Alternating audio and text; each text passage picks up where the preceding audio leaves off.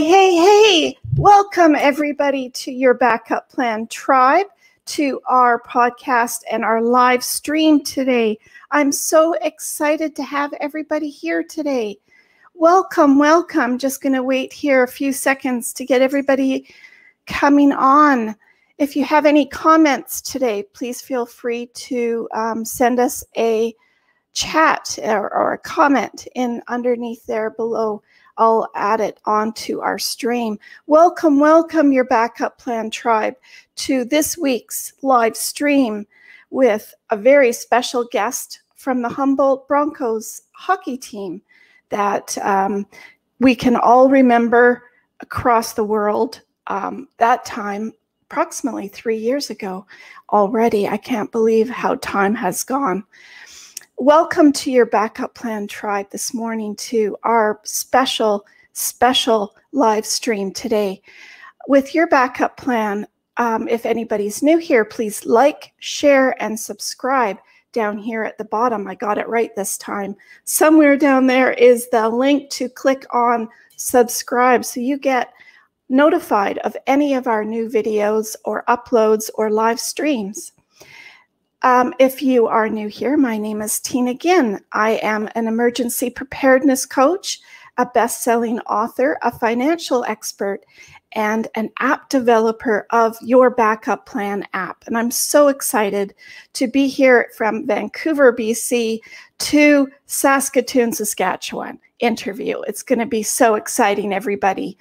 Your Backup Plan app puts your life all in one place. So it's in preparation of any unpredictable circumstance because, hey, we don't know what's going to come tomorrow and we don't know what's going to happen today. So we don't know what circumstance might come across, what storm that we're going to have to manage. And it's all about being better prepared, taking the painful aftermath out of any tragedy by having a few of those preparations done beforehand. So welcome your Backup Plan Tribe to this week's special guest. I'm going to welcome Kaleb Dahlgren onto our show today. Hey, how's it going? Hi. I'm so excited to have you here today. I'm excited to be here too. Thank you very much for having me on. I'm looking forward to it.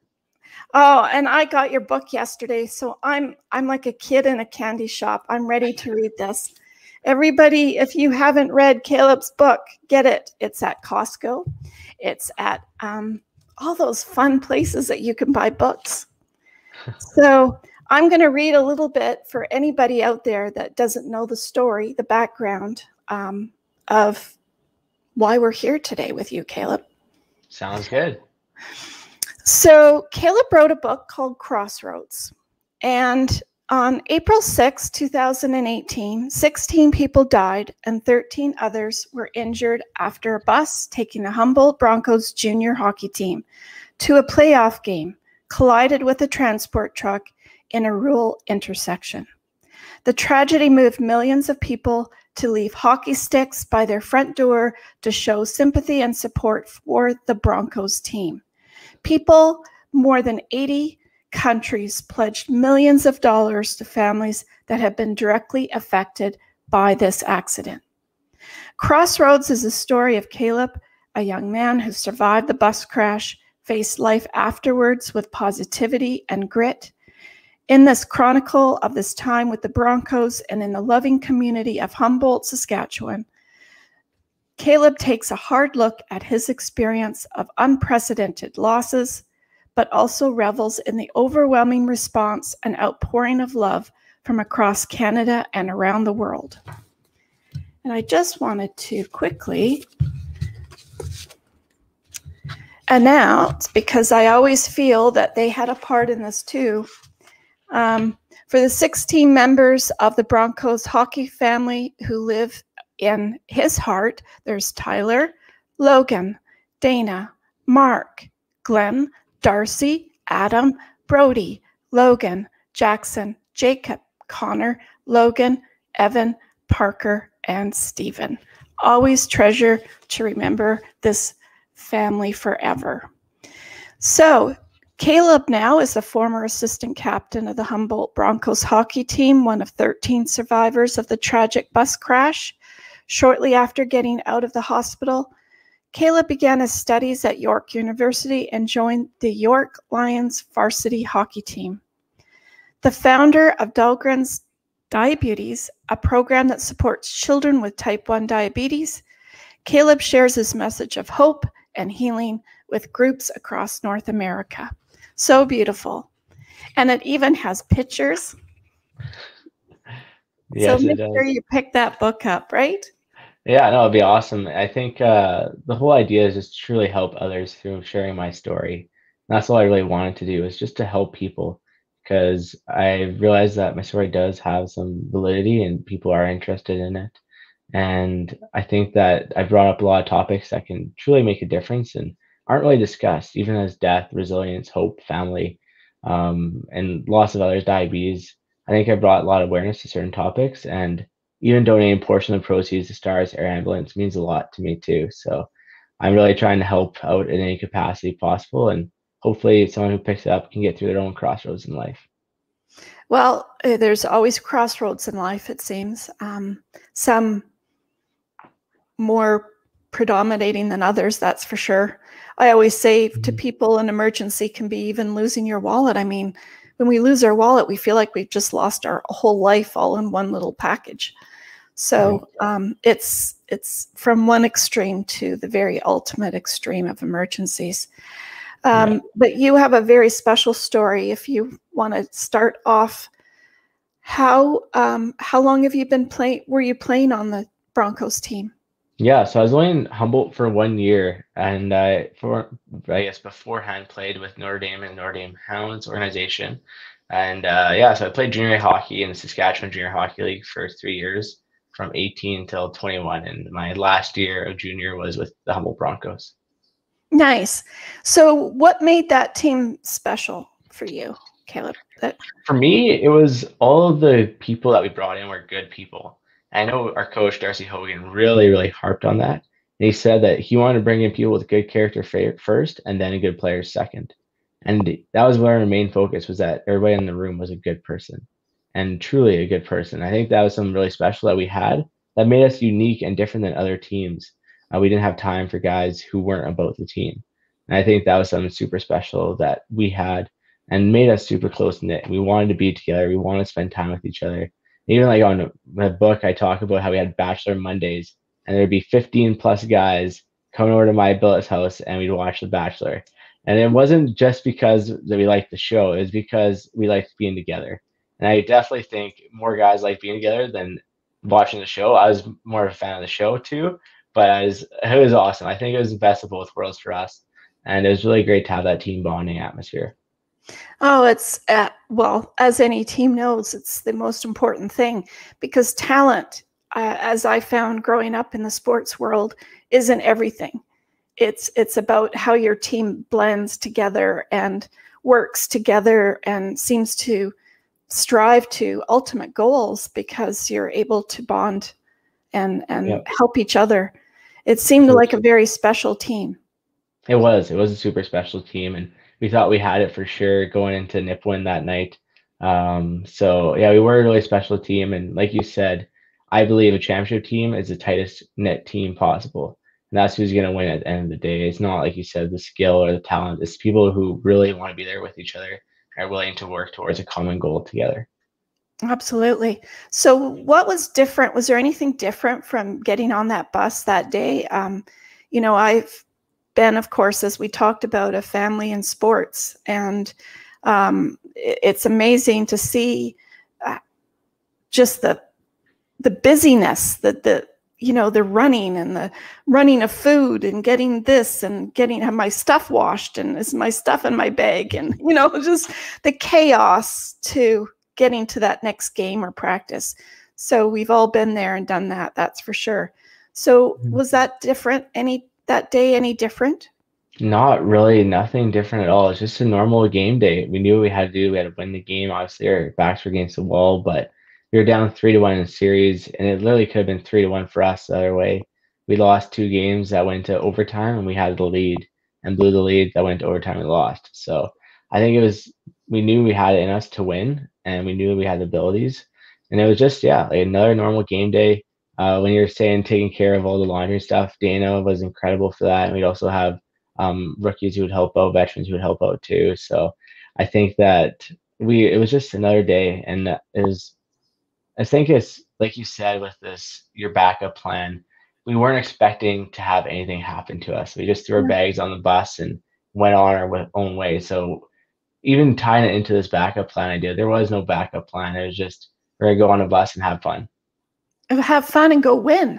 Exactly. Yeah. It was, yeah. And so on the bus, the guys were laughing, chatting, playing cards, listening to music, on their phones, texting, eating meals. It was just another normal game day, another normal bus trip.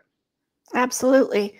And and you had a goal in mind: have fun and win. I guess that's the ultimate thing. Yeah, that was the two things we wanted to do for sure: just have fun and win. And we believed it in our dressing room too, that we had the ability to do that and to win. So I think that's something special as well. Yes. What do you remember? Do you remember anything from that? I do remember everything up until the accident, until impact, I guess. So for me, I remember we had a pregame practice, and I went out to breakfast at Johnny's Bistro, which is a local restaurant in Humboldt that my billet mom owns, and still my favorite, no bias at all, still my favorite restaurant. And then I went back home, went and had a nap with two of my teammates and roommates, Bryce and Steven.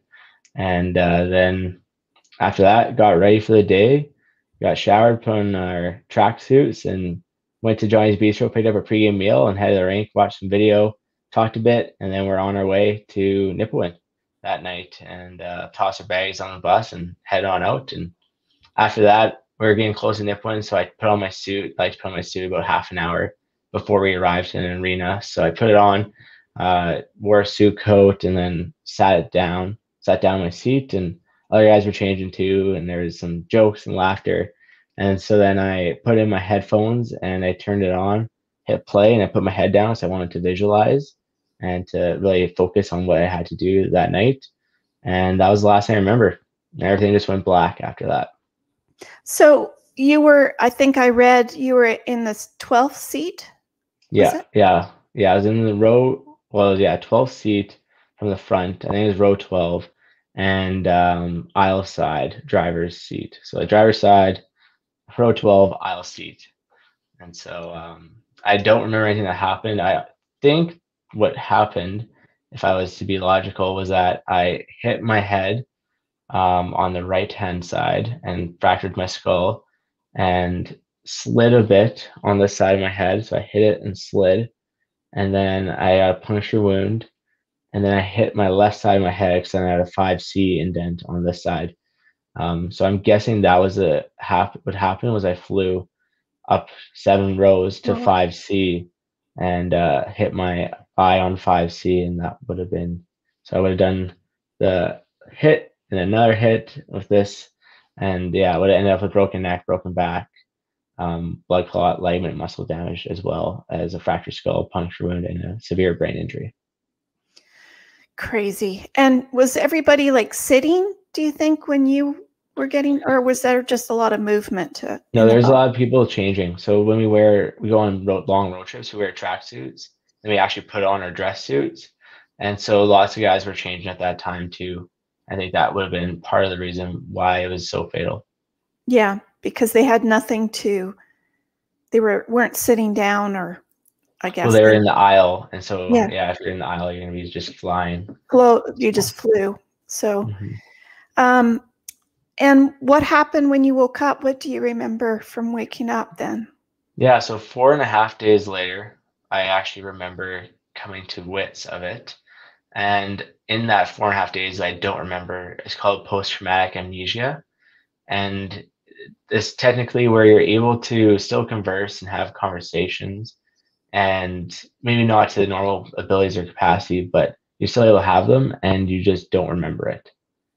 Or you're in a coma and you still don't remember it. It's pretty generic, but in my circumstance, I was walking around talking to people and I have zero recollection of that whatsoever. And so when I actually kind of came out of the post-traumatic amnesia, I was on the 4.5 day. And so for me, I woke up after an afternoon nap. I was going on my way to physio, and I woke up and looked around and couldn't get over why I was in a hospital. I thought I was dreaming, so I closed back my eyes again, tried rolling over, and realized I had something around my neck. I was like, well, this is really weird. And then after that, I opened my eyes again and looked at my parents. I was like, am I dreaming? Am I in a hospital? And they're like, yeah, you are. I was like, how did our game go last night? Did we win? And they're like, what game? There was no game. And they had this really weird look on their face because this wasn't the first time I asked them this. This was like the third or second time.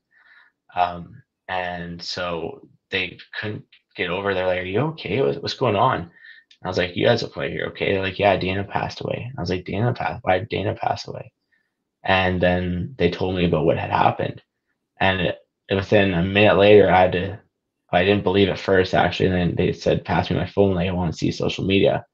And they passed me a phone that wasn't my phone. It looked completely different.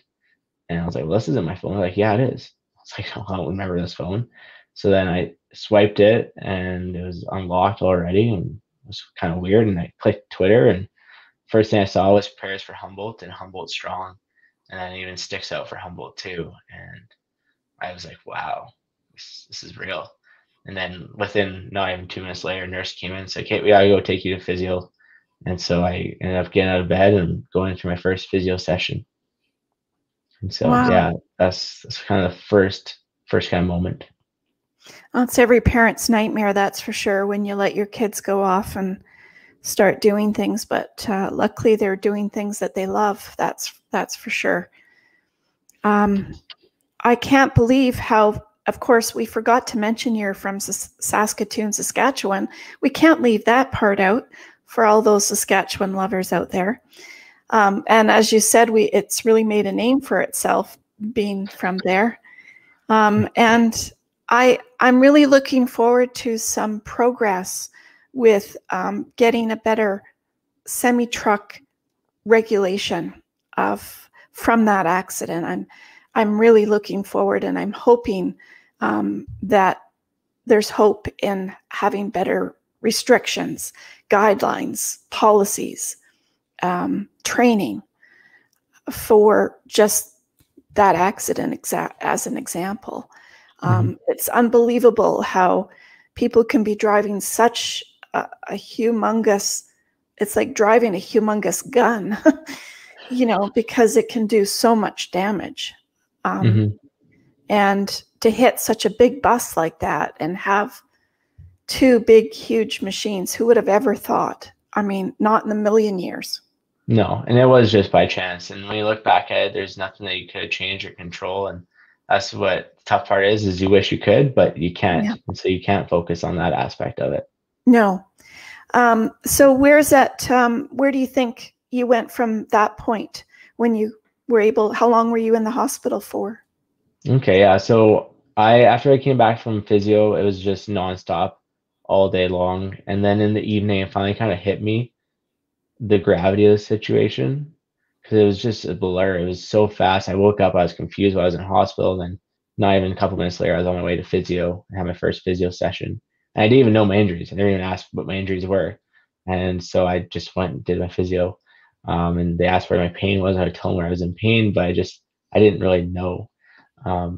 But for me, I think in the evening was when it really hit me. It was really difficult. I had the survivor's guilt. I was asking, like, why am I here and why are others not? It just doesn't make sense. And then I quickly realized that asking why will never help, and that I need to focus on living my life to the fullest for those who aren't here. And so that was my motivation afterwards. But I was in a hospital for 21 days, and got out on Friday the 28th. And then Friday the 27th, and then the 28th was Saturday, 29th was Sunday, and then the 30th was Monday. And I went back to Humboldt because I wanted to help the community heal. I also wanted to heal too. And I knew that they were really grieving throughout this time, and I wanted to be a support for them. And so that was one of the big things for me in the hospital. And one of my driving forces was to get back to Humboldt to help heal. and I was able to do that. So it was really nice and a treat, and it was definitely not easy, but I thought if I could put a smile on someone's face, it could help me too, and sure enough, it did. Awesome. Mhm. There's 13 survivors then, Kaleb? Yeah, I'm one of the 13 survivors. And what went from there? I know you did have a game. There was a game, the first game that all the survivors went to, wasn't there? Yeah, there was well, we had a couple different chances to get together. We went to Edmonton in the summer, and that was nice, just kind of a private Edmonton weekend. And then we went to Las Vegas for the NHL Awards, and that was another weekend together. And then, yeah, in September, it was the first game back for the new Broncos team.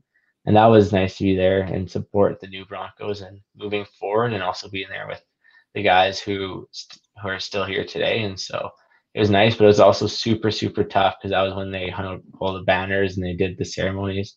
So that was probably one of the harder parts um, in my experience of really dealing with the grief. I write about it deeply in the book about how it was really overwhelming for me Mhm. personally. But yeah, it was something that I needed to do for my healing journey. I was really happy I was there to take that in and to experience it all.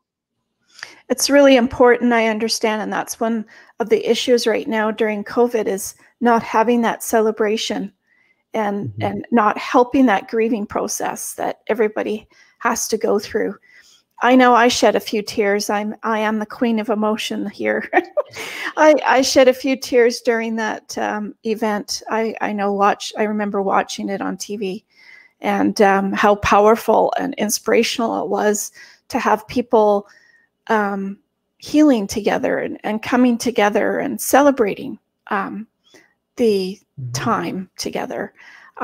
It's amazing how we all put out hockey sticks. Even if we didn't have one, we went out and bought one and put it outside the house. And it was a really cool time, actually.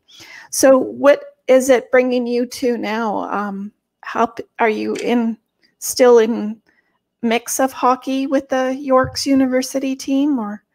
Yeah, so even just touch back on the support piece, it was absolutely incredible the amount of support that we received. And I truly think it helped me in the healing process. So thank you to Mhm. everyone out there who did support us in any capacity. If it was sending a message, putting a stick on a porch, or donating to GoFundMe, or even just thinking about us and putting us in your prayers or heart, it really does mean the world to me. And it really meant a lot to everyone involved, especially myself. So I just want to say thank you on that. But yeah, so in 2018, February, before the crash, I was actually in heavy talks with York, and I was verbally committed to them. So I registered for school.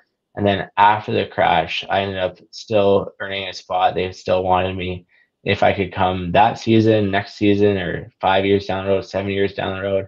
I was still going to be in line if I wanted to. And so that really meant the world to me. And I ended up accepting that offer about a week after. And I wanted, my main goal was to be at York in this new year, or I guess in that year, that after the summer. So in 2018, I ended up making my trek to York.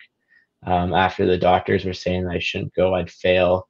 And if I did go, that I wouldn't succeed at all, and I'd live a bad life. I'd fall into the negative path of drugs and that kind of stuff, and down a bad mental health state.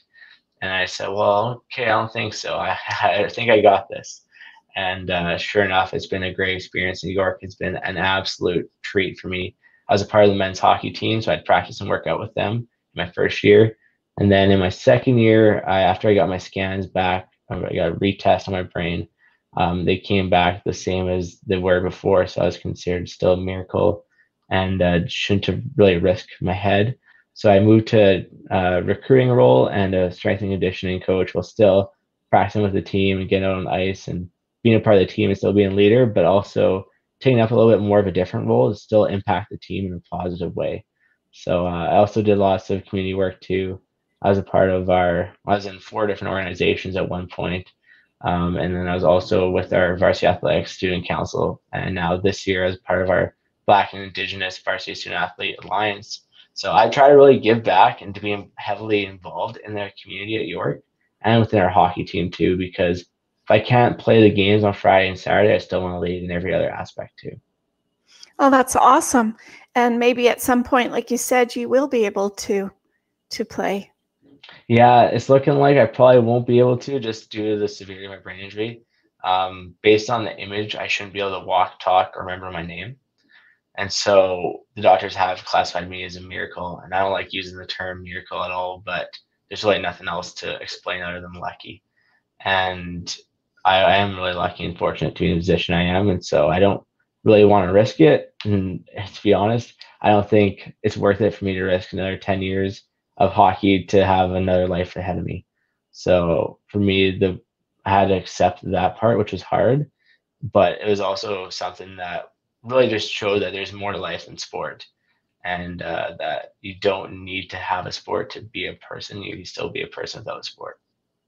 But it's nice for you to still feel like you're a part of it because you're practicing and you're with what you're loving to do. So yeah, 100%. And it's so nice to have that teammate atmosphere. And I think that really helped my healing process too after the tragedy, was going to York and being involved in another team, another roommates, another community. It was just something different and something that I needed as well, just to have their support, but also to challenge myself too, to grow and to be a better person and to really take on life's challenges.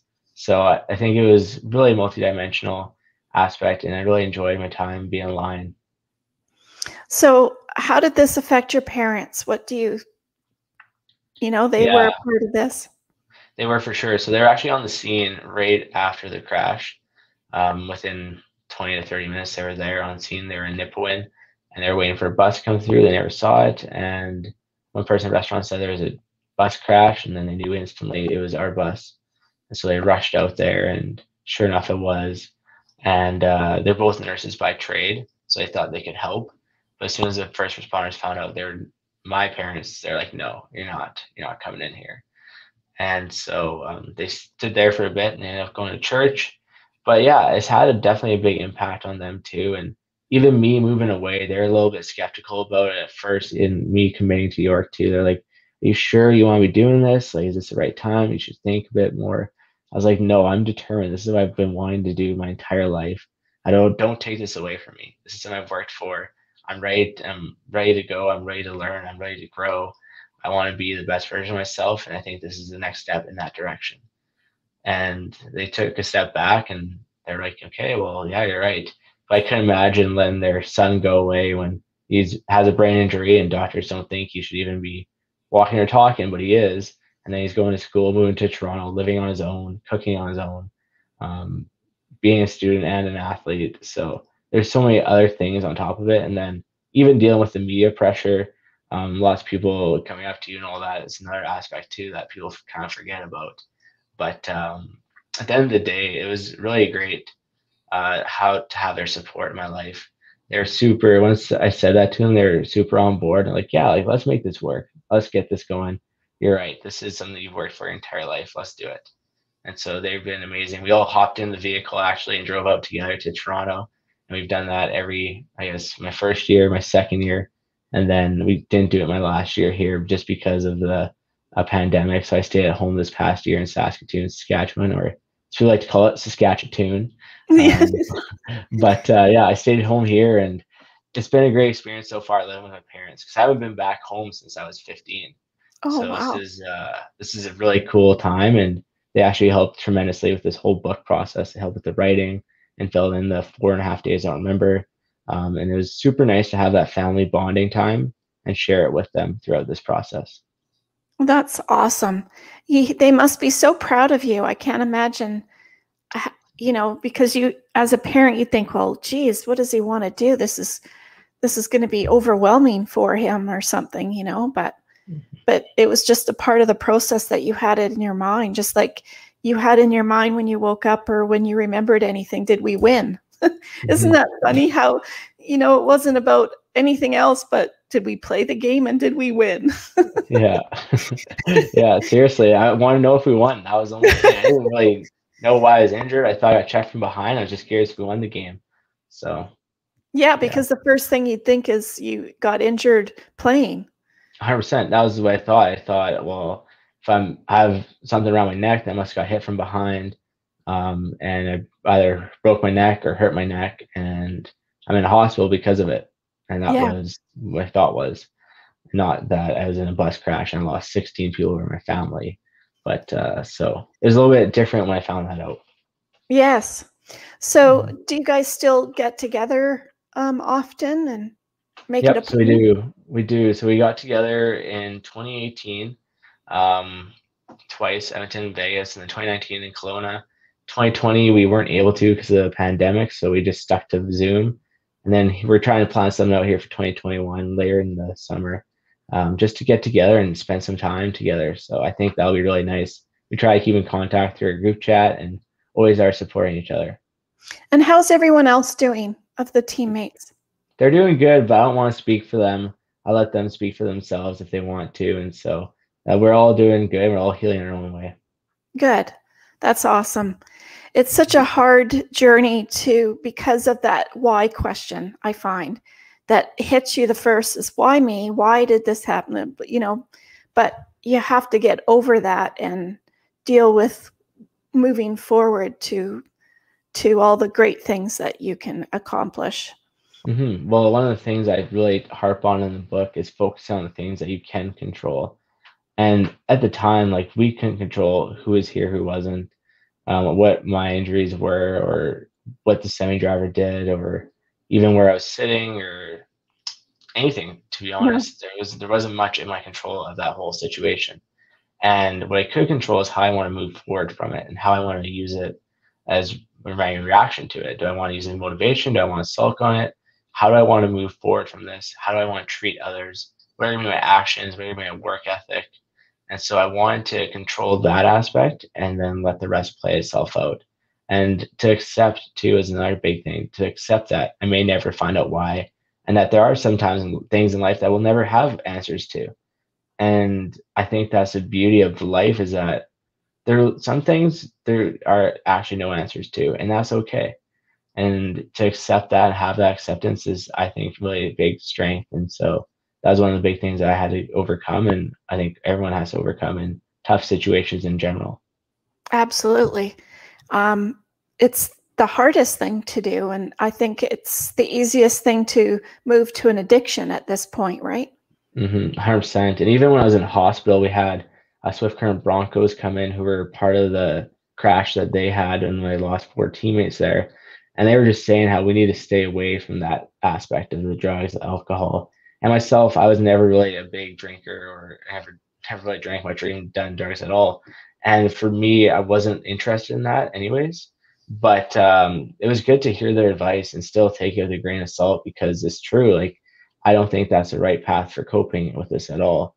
And my path was definitely the opposite of that. And I did lots of stuff that I tried to do what was best for me in every situation. So I tried to sleep lots, get around 10 hours of sleep a night and a nap in the afternoon, and then eat greens, stay healthy, work out, stay active, hang out with family and friends, get outside. I really tried to do everything I possibly could to heal in the safest and healthiest way possible. And one of the things that helped me, I think, was giving back.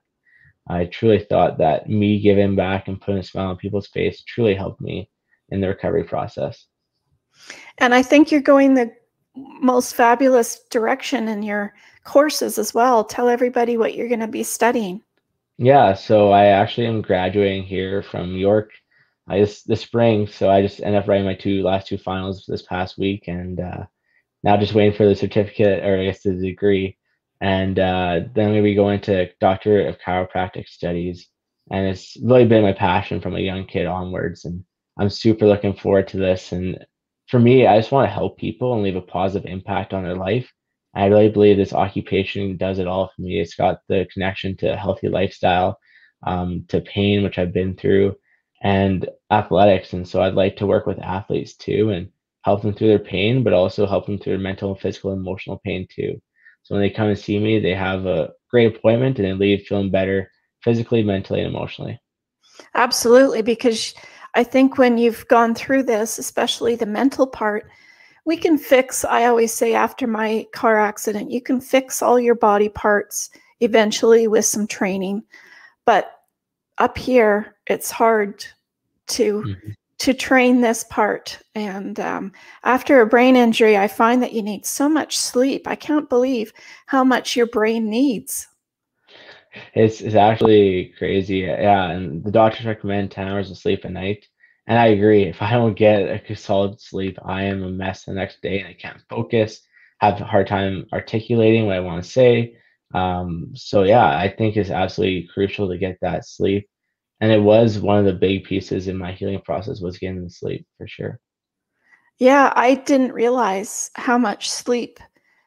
When you have a normal brain, I guess you don't realize that you can live off 3 hours, you can live off 6 or 7 or 10, but going from day to day, and then when you actually have that injury, when it hits you, does it hit you where you just like, wow, I have to put my head down? Yeah, so before I used to be a night owl. I still am a bit of a night owl, but before I'd be able to stay up till 2 or 3 and it'd be okay, no issues the next day. But now if I stay up to 2 or 3 and I wake up at 8, I am a mess. But then the next night, it'll hit me around 10 p.m. and I hit a wall. And when I hit that wall, it's like, okay, you gotta go to bed. Because if you keep trying to push it, it keeps getting worse. I don't have any symptoms. The only symptoms I really have from my brain injury is my slowed ability of reading that we've found so far. But one of the things is definitely if I don't get enough sleep, then definitely will notice it the next day and I'll really be feeling it. So I try to have a good sleep schedule, and I think that there's nothing wrong with that either. Having a healthy sleep is only good, it's not going to hurt you at all. And for me, that's something that I really try to strive on. Yeah, it's needed. I'll tell you that, that's for sure. Having the issues myself, you can't talk back to your brain. No, and you do hit the wall, like you said. Like I do hit that wall. I know exactly what you mean. You hit it, you're like, okay, I can't. I need to get some sleep here. It's just if I try anything else, it's not going to help me. Yeah. What do you have to say for your book? Like, what do you want people to get out of your book? What were your hopes? Yeah, so when I ended up writing it, my hope was to truly help others. And so, like I said, donating the stars, that really does. Um, on April 6th, they came and they are air ambulance. So they flew in and saved lives from that day. So they also save lives every day. And I think the hardest part for me was realizing that there is that service and not knowing about it until I needed it. And that was when it really hit me that I need to do something more and that I need to give back to this community and help them out and share their message and awareness with other people that they are out there and if what they're doing is truly life saving. And so that's one of the things I really want to do is donate a portion of proceeds to them. And also to talk about certain topics in there that aren't really discussed much, like death, diabetes, resilience, family, community. I really wanted to hit on those points because they really mean a lot to me in my life and have really shaped me as a person that I am today. And so some of these connections are difficult to read and tough, and this book isn't an easy read per se. But when you do end up reading it and you finish it, it is super rewarding. And hopefully, readers can leave with a positive feeling at the end of it. Um, what do you want to talk about diabetes? You haven't mentioned too much about that yet. Yeah, so I was diagnosed with type 1 diabetes at the age of 4. And at the time, it was pretty difficult for me just because I felt alone and no one really knew what I was going through. And there wasn't really that person to look up to. And people were like, oh, what about Bobby Clark? And yes, he was amazing, but there wasn't YouTube for me to look him up. And I missed his era. And then people were like, oh, what about Max Domi? And then, yeah, Max Domi and I are 2 years apart. And so there's really not much to, I wasn't able to really look up to him either because we were so close in age and we were going through the same kind of battle at the same time. And so I tried to make the most of my diabetes and find the positive over the negative.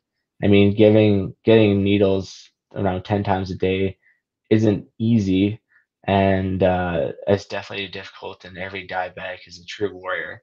And so for me, I wanted to give back. One of my buddies when I was 16 got diagnosed with type 1 diabetes, and I helped him through that process. And I was just like supporting him. I was like, hey, this is what you need to do. This will help. This won't help. Don't do this. Do this. And he absolutely loved it and said, thank you so much. Like you literally truly helped me. And that was when it kind of hit me that I should be giving back more to the diabetic community. And at the time, I wasn't really involved in anything. And I thought, you know what, I should really be doing something. So I thought this dream program, and I talked to my family, and they're like, you gotta wait. You can't be doing this right now. Wait at least until you're done in high school. This is a big uptake, and I don't want you to put yourself out there and then have it come crashing down and you do bad in school kind of thing. They said, just wait until you're done. So when I was 18, I ended up joining Juvenile Diabetes Research Foundation, which is an organization that helps promote type 1 diabetes and create awareness and help, I guess, just find a cure for type 1 diabetes. And so I joined them as a, I guess, provincial ambassador for Saskatchewan. And after that, I still didn't really feel fulfilled. I still had this dream program. And I was in the town of Wilcox, which has 400 people playing for Notre Dame Hounds. And I absolutely loved it there, but I just didn't feel like I needed a bigger community to kind of rally around this program. And so I ended up getting asked for a trade and got traded to Humboldt in my last year of junior hockey in the summer, going into my 21-year-old season. And I finally was able to create my dream program called Dahlgren's Diabetes, which was a mentorship program for type 1 diabetic children. And the whole idea was just to let them know they can pursue their dreams and passions, and also to be a person in their life that I wanted as a child. I wanted to ask, hey, what happens if I go camping this weekend? Or, hey, like, what happens? How do you tell your partner in a relationship if you have type 1 diabetes? Or what do you do when you drink? Because that was one of the questions I had. I'd have team events and they'd want me to drink, but I don't know how to drink with type 1 diabetes. So I want to know that. And how do I do it safely? So there's all those kind of events where you kind of want to know, but you don't have the answers and you don't know how to ask. And then the doctors only know so much. And sometimes they aren't even type 1 diabetic. I feel like you have to be a type 1 diabetic to know it, or to at least have some experience in it. And so that was one of the programs I wanted to create, and I was able to do it. So the Diet Beauty would come out to the game, them and their family, to get pre and meal at Johnny's Bistros, restaurant in Humboldt. And then they would go and, I guess, watch warm-ups, wear the Diet Beauty jersey for warm-ups. Then the Diet Beauty would come on the ice for a ceremonial face-off. And then the crowd would go absolutely nuts and cheer them on.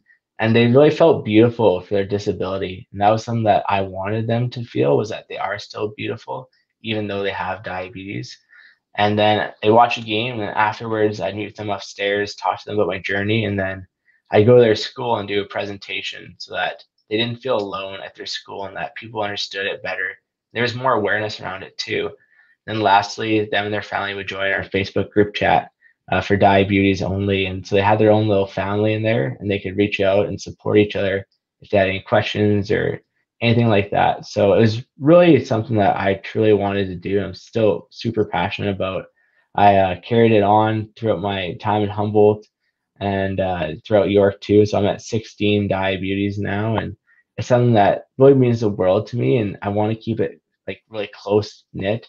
And it's just because I want that personal connection, because I feel like if I make it really big, then I'll lose that connection with everybody and unable to support everyone and when they are struggling. And so, yeah, that's something that I've done. I'm really proud of. That's awesome, because you don't think of those things, because I've always thought it must be so hard because they have to eat differently when they eat at school, and everybody's probably teasing them, or why are they eating like that, or all those kid things that happen. Well, yeah, and even like I remember in elementary school going to the bathroom and giving myself a needle in grade 4. And what grade 4-year-old goes to the bathroom and gives himself a needle? And so it was one of those things where I tried to hide it a little bit. I didn't want people to treat me differently. I wanted them to just treat me like a normal kid. But then also, it was not really an embarrassment. It was just more trying to hide it because I didn't want people to treat me differently. And I know exactly what they're going through. And I wish I had someone who did come into my school and say, hey, this is what type 1 diabetes is, and that he rocks the man purse and that I can rock my little man purse too, kind of thing, and not get derogatory names because I'm carrying a man purse around. And so it's just those little situations that I think are really impactful in life. And I wanted to create more awareness around type 1 diabetes so that they didn't have to go through as much as a struggle as I did. Oh, that's awesome. I can totally see that, because anything different, people pick on or laugh at, or so it's super, super hard. Are you doing anything else then other than moving forward into the chiropractic world? Nothing too much really. I am doing some speeches too, as well as a keynote speaker, and even talking to high school students too about resilience and positivity and finding the light in the darkness, and kind of sharing my story with that too. And I found that it's been really helpful for many people and even myself too, just to remember the ones who aren't here, but also to hopefully impact other people's lives in a positive way. And like I said, that really is the fuel for my soul, is to leave this world in a positive place. And I feel like I'm able to do that through this book, through speaking engagements, and also just through being a chiropractor too. So I'm really happy, and I've found my passion and my why for being on this earth, and I think it's something truly special. Absolutely. And it comes out in you because you seem so like you're an old soul in this young body. Yeah, I am definitely an old soul for sure. I get it a lot too. I think part of the reason why I'm an old soul is because I've been through so much already at a young age, where it's just made me mature so much faster than I think I would have been if I didn't go through all these experiences. And even my perspective is old souls too. So it's the way it is, and I like being an old soul. I don't think there's anything wrong with that. Just a young No, guy. absolutely. You're full of wisdom and beautiful, beautiful ideas. Are you doing anything spiritually? What's Spiritually, not really, to be honest. I haven't dove into that too much, and I'm not sure when or how I will, but I haven't really been spiritual, and that's one of the aspects I actually want to work on in my life. I've been really good with physical, mental, and emotional, but not really spiritual. And I think that that's something that I'll be looking into in the future. I actually talked to my buddy Jarrett Fontaine, who's in Langley right now, and at Trinity Western University, so I feel like you might recognize that area. But he's been talking to me about it, and we've had really good conversations about spirituality and all of that. So it's super cool to talk with him about it. And he's one of my great buddies, and really think highly of him. So it's nice to have those conversations. Yeah, because you have that um, you're looking. I think when something happens, you look to grab on to something, to understand something inside that you don't struggle with it, but I think that you're looking for answers, and but not necessarily answers to what happened, but answers to where it's bringing you and what it's doing for you and what your passions are. That's what I've experienced anyways. And you know when you're on the right path when things just keep on working like clockwork. Yeah, yeah, and I don't really look for why answers or try to understand the situation. It's more just how I want to move forward from it and use it as motivation in my life. And especially those 16 aren't here, I think about them every day when I wake up. But I use it as motivation to live my life to the fullest for them and for myself.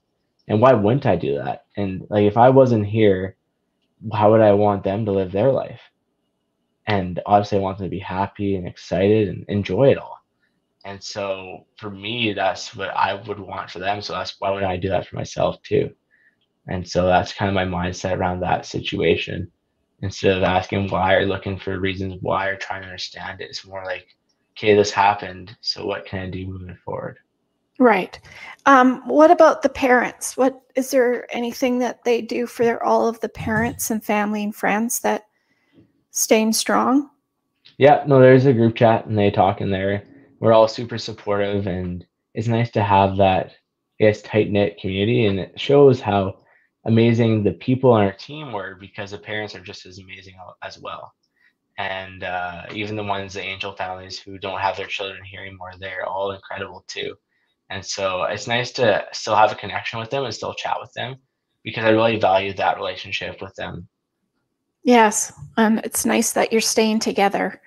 And Hmm. I, what I really liked was how people from sports, other sports teams, they came from all out of the woodwork. Celebrities, um, Yeah. regular families from all over. Yeah, it was unbelievable, like I said, with the support. And one of the stories, even while I was in the hospital, I was on my way to physio, might have been day 3 for physio, and one of the security guards. We had security guards on our floor, and they said, "Hey, there's a person from Iraq who wants to meet a Bronco. Would you be willing to meet them?" I was like, "Iraq?" Like, "Yeah." I was like, "Well, okay, yeah, for sure." So I ended up meeting this woman, and she started fangirling as soon as she met me. She's like, "Oh my goodness, I was told to come meet a Bronco. I'm from Iraq, and it was on the news back home, and I'm so sorry." And I was like, how in the heck does this go to Iraq in the first place? And wow, thank you for coming. It was so mind-boggling, and it really showed me how big of an impact this truly had on people and how many people really connected with it too. And looking back on it, like I said, the support truly helped me healing. And I really think that other people should have tons of support in their life too. And it was, yeah, it was crazy just seeing some people that stepped up and even people who came visit us. It was, yeah, it was absolutely incredible. Yeah, it blew my mind. You know, Hmm. the amount of people coming in together and supporting each other, and it was amazing. So I guess Hmm. out of bad things, good things happen too. For sure. And that was one of the things that kind of showed me is that we are a really amazing nation, especially in Canada, and how we can come together in times that are tough. And right now, we are in tough times, and we should be coming together and battling this and getting back to somewhat normal life where we can go outside and hug our friends and go and say hi and go out for a supper together with people that we love and enjoy that. And so we are at kind of another crossroad of our life where we need that. Yeah. And it just showed how we can come together in Canada, and hopefully we can do that again here coming up. Yeah, hopefully. Yeah. I think we're all sick of it by now. Yeah, we are. We are, but the light is at the end of the tunnel for sure. So Yes, I hope so. We see the light, hopefully. What would you like to say, Caleb, for finishing off to our listeners? What would you like to say? just thank you for all your support. It truly does mean the world to me. Um, like I said before, if it was just even a stick out or a message or you thinking of us in your hearts, then that's truly something special. So thank you. And then also that my book is just one out of 29 from that day on the bus. And that is not the Broncos book, it's a Broncos book or a Bronco book. And so I don't want that to get misinterpreted because everyone else has their own stories too. And this is just one of them. And I'm really looking forward to seeing their stories eventually. Yes, absolutely. We're all looking forward to each and every one because each journey, even though you're in the same bus, is different. 100%. Yeah. We were just together at one point in time. And so it's super cool just to have that connection with them and to still have them here today and share that bond with them and something I'm grateful for. And really great, really lucky to be here too. I know my daughter played ringette. Cool. And I know you would know what that was, but United States and UK probably don't know what ringette is, but it's a cool sport as well. And they both played softball. So I was one of those moms traveling both directions everywhere, whether it was in the States or in Canada, all around the place. So yeah, I felt it. I definitely felt it. So thank you, Caleb. Thank you so much for coming on today. And I would love to see where you go to and maybe have you on again. Bring out that book again to let everybody know it's an inspirational, motivational story for everybody to read over the summer. That's for sure. Yeah. Awesome. Well, thank you so much. I really do appreciate you taking time to meet with me. And thank you once again, your backup plan family, for having me here today. Oh, thank you. You know, I'm going to I always seem to get these heavy topics, everybody. So it's quite the story today, and I appreciate Caleb coming out and telling his version. I'm looking forward to any other parents, family, friends, players that would like to tell their story as well. We're all different. We're all in the same boat, so to speak, but a different path. So I'm looking forward to it. And Brene Brown always says, everyone has a story that will bring you to your knees and be the survival guide for someone else. What will your story be? And that's exactly what Caleb's doing. It's an amazing quote from Brene Brown. So thank you, everybody. Thank you. I hope that our listeners got some inspiration and motivation, tips and ideas from Kaleb's old soul. Wow, he's amazing, amazing. He's full of information. And if he's just, you are so spiritual, Kaleb. So you don't have far to go down that road with helping and healing, and you're going to go far. I know you are, to help people and to help heal. It's amazing for me, the amount of healing that I get from interviewing people as wonderful as you. So thank you. Thank you. No, I really appreciate those kind words. It really means a lot. And thank you to your parents, your wonderful parents. We can't forget them. And all of their background stuff that I know is behind the scenes that get to where you are today. 100%. Yeah. No, they are my main supporters, and I wouldn't be the person I am today without them. And all those other parents and friends from the Humboldt family, thank you for staying strong together.